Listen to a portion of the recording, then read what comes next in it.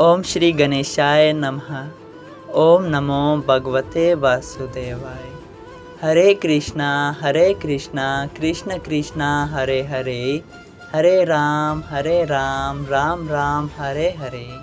तव्हां सभिनी हरि भक्तन के नमस्ते। प्यारा भक्तों, ही कथा पाण गुरु कृपा सां हासिल करे रहा आयूं।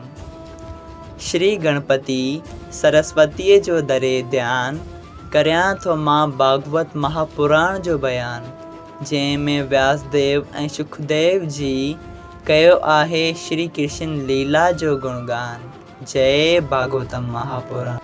प्यारा भक्तों, कल कथा में पाण सुखदेव जी जी महिमा जा गुणगान कया ऐं पाण ॾिठो त शौंक जी ऐं 88,000 रखेश्वरनि खे इहो सिंसो पैदा थिए थो त जेकॾहिं सुखदेव जी महाराज पैदा थींदे शर्त ई वन ॾांहुं रवाना थी विया हुआ त उन्हनि पंहिंजे पीउ वेदव्यास वटि कॾहिं श्रीमद भागवत महापुराण साहिब पढ़ियो ऐं सिखियो हो।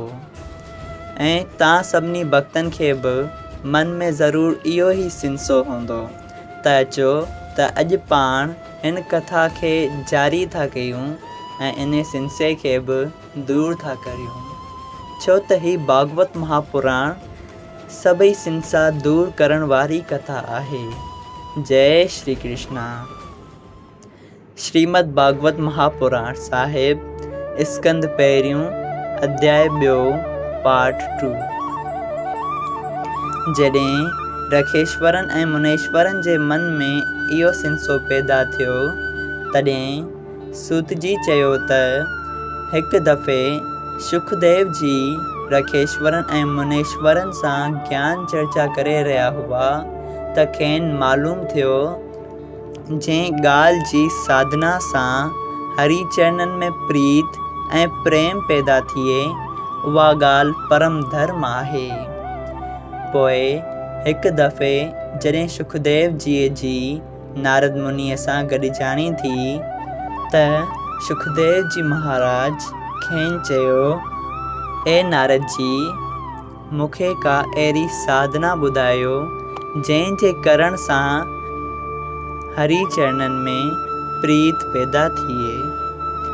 इहो ॿुधी नारद मुनी चयो त ए सुखदेव जी, इहो ज्ञान मूं तुंहिंजे पीउ वेदव्यास खे अॻु ई ॿुधाए छॾियो आहे।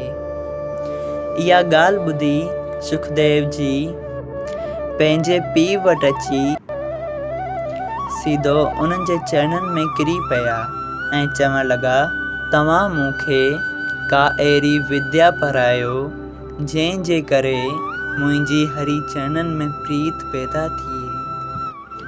तॾहिं वेदव्यास जी चयो त श्रीमद भागवत महापुराण साहिब जे सिवा अहिड़ो ॿियो को ज्ञान या विद्या कोन्हे जंहिं जे पाठ या साधना करण सां हरि चरणनि में प्रीत पैदा थिए।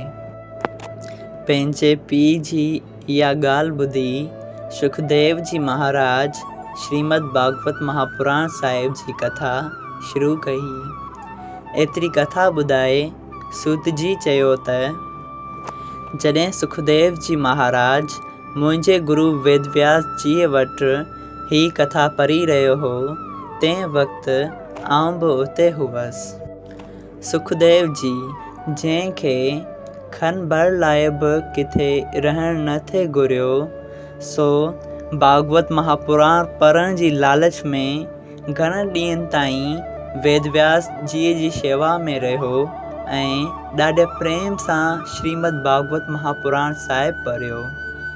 सुखदेव जीअ खे ज्ञानेश्वरनि ऐं मुनेश्वरनि जो संग ॾाढो प्रिय हो, लेकिन उन्हनि वटि पैसो कोन हो जो खेनि उन्हनि खे पाण वटि घुराए हा ऐं आदर भाव करे सघे हा। लेकिन श्रीमद भागवत महापुराण साहिब जे ज़रिए उन्हनि रखेश्वरनि खे लालच ॾिनाई त ही कथा अमृत रूपी कथा आहे। उन लालच जे करे घणा ई रखेश्वर अची सुखदेव जी वटि भागवत महापुराण साहिब जी कथा ॿुधंदा हुआ।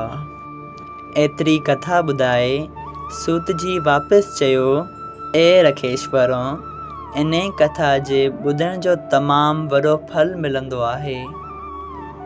यानी माण्हू आज़ाद ऐं ज्ञानी थी मुक्त पदवीअ ते पहुचंदो आहे। तंहिं करे माण्हूअ खे घुरिजे त को बि शुभ कर्म निष्काम थी करणु घुरिजे, मतिलबु त कंहिं बि ख़्वाहिश जे बग़ैर करणु घुरिजे। उन कम जे पोयां का बि इच्छा न रखे। जेको माण्हू इच्छाऊं रखे थो उहो अवागवन मतिलबु त जन्मनि जे फेरनि अचण वञण में फाथो रहे थो ऐं भवसागर पार लंघे नथो सघे। ऐं भक्ति जे बराबरि ॿियो को धर्म कोन्हे।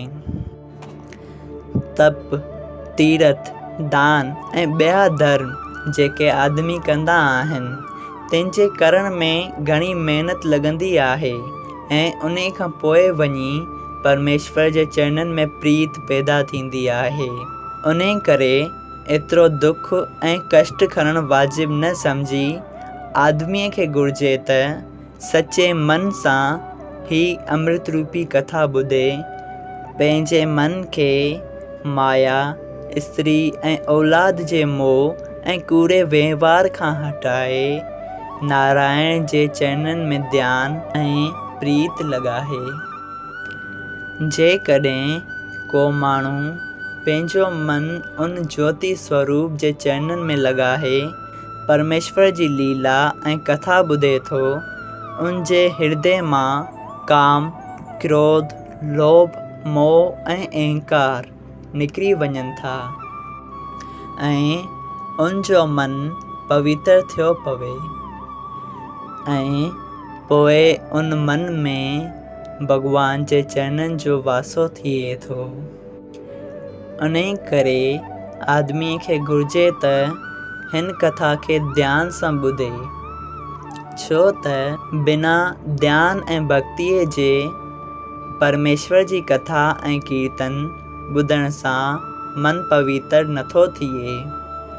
हिन प्रकृति मतिलबु त कुदरत में टे गुण आहिनि, सात्विकी, राजसी ऐं तामसी, ऐं ही प्रकृति इन्हनि टिनी गुणनि ते हली रही आहे। तामसी गुण ॼण त काठी लकड़ीअ जे बराबरि आहे, राजसी गुण धुएं जे बराबरि आहे ऐं सात्विकी गुण बाहि आग जे बराबरि आहे।